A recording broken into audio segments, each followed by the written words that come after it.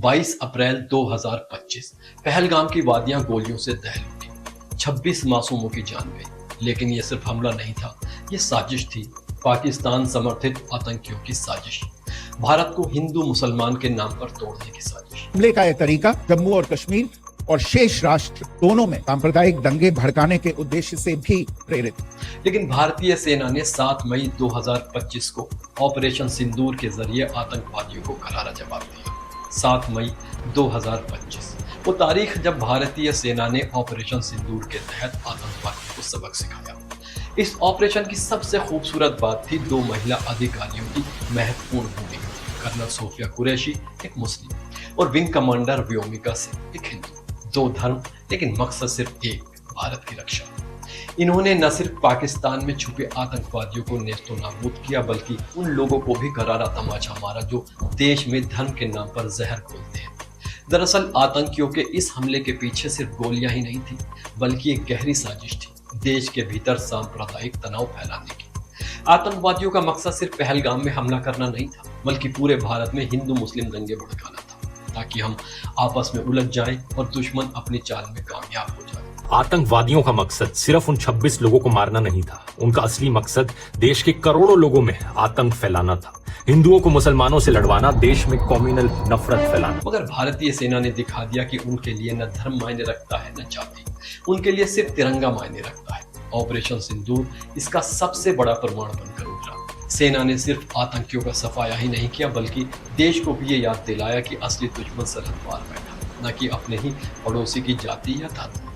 गौर करने वाली बात यह है कि इस ऑपरेशन में एक भी निर्दोष नागरिक नहीं मरा, एक भी पाकिस्तानी सेना की पोस्ट नहीं छुई गई, क्योंकि भारत जवाब देता है, लेकिन जिम्मेदारी से। यही फर्क है हम में और उनमें। कर्नल सोफिया कुरैशी ने खुद कहा, हमारा टारगेट सिर्फ आतंकवादी थे, निर्दोष को खरोच तक नहीं आई। देवियों और सज्जनों, मैं कर्नल सोफिया कुरैशी और मेरे साथ विंग कमांडर व्योमिका सिंह आज आपको 6 से 7 मई 2025 की रात 1:05 से 1:30 बजे के बीच भारतीय सशस्त्र बलों द्वारा अंजाम दिए गए ऑपरेशन सिंदूर के बारे में जानकारी देंगे। जैश ए मोहम्मद का मुख्यालय था। यहाँ पर रिक्रूटमेंट, ट्रेनिंग व इंडोक्ट्रिनेशन का केंद्र भी था। शीर्ष आतंकी अक्सर यहाँ आते थे। मैं आप सबको बताना चाहती हूँ कि किसी भी सैन्य ठिकाने का निशाना नहीं बनाया गया और अभी तक किसी तरह की नागरिक क्षति की रिपोर्ट नहीं है। और विंग कमांडर व्योमिका सिंह ने पूरे आत्मविश्वास से बताया कि भारतीय वायुसेना हर पल देश की हिफाजत के लिए तैयार है। India has demonstrated considerable restraint in its response.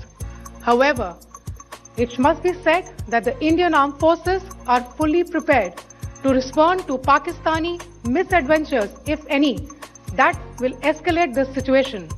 एक मुस्लिम और एक हिंदू महिला का ये संयुक्त वाद उन सब के लिए करारा तमाचा है जो देश को बांटने की फिराक में रहते हैं। पूरा देश इस ऑपरेशन पर गर्व कर रहा है, क्योंकि भारतीय सेना लड़ती है वोट के लिए नहीं, बल्कि देश की अखंडता के लिए। कर्नल सोफिया और विंग कमांडर व्योमिका की ये साझी जीत उस मानसिकता पर भी तमाचा है जो सोशल मीडिया और राजनीति में दिन रात देश को धर्म के आधार पर बांटने में लगी है। सेना ने एक बार फिर बता दिया कि उनका काम वोट बैंक की राजनीति में शामिल होना नहीं है, बल्कि देश की रक्षा करना है। ऑपरेशन सिंदूर सिर्फ एक मिशन नहीं था, ये उस मानसिकता पर भी तमाचा है जो मीडिया, सोशल मीडिया और राजनीति में दिन रात देश को धर्म के आधार पर बांटने में लगी है। ये था एक संदेश कि हिंदू मुस्लिम एकता ही भारत की सबसे बड़ी ताकत है। सेना ने कर्नल सोफिया और विंग कमांडर व्योमिका के साथ मिलकर न सिर्फ आतंकियों को सजा दी, बल्कि पूरे देश को ये याद दिलाया कि जब बात देश की आती है तो हम सब सिर्फ और सिर्फ भारतीय हैं।